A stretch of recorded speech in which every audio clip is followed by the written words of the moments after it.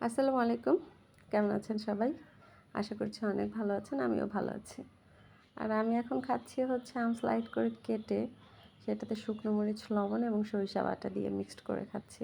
কিছুদিন যাবতই এমন হচ্ছে যে খুব কাঁচা আম খেতে ইচ্ছে করছে। যেহেতু এটার সিজনটা চলে যাচ্ছে, এই জন্যই নাকি আমার এমনটাই হয়। যখন এই সিজন থাকে না তখন খেতে ইচ্ছে করে। যখন অ্যাভেলেবেল পাওয়া যায় তখন আর খেতে ইচ্ছে করে না।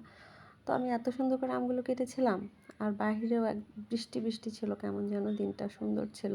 আমি বেলকনিতে বসে বসে দুটো আম করে নিয়েছি, একাই খেয়ে নিয়েছি। আর কাঁটাটাও যে কি সুন্দর হয়েছে দেখতে, খেতেও অনেক মজা লাগছিল।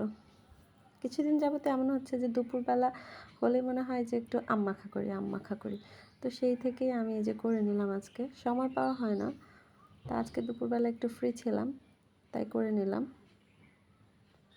আমার কাছে ভীষণ মজা লেগেছে, খেতে ভালো লেগেছে, কারণ এত পাতলা পাতলা করে কাটা তো অনেক মজা লেগেছে। একদম পাটায় পিষিয়ে যে বাটাটা করা হয়, ভর্তাটা করা হয়, ওটার এক ধরনের টেস্ট, আবার এইটা একরকম।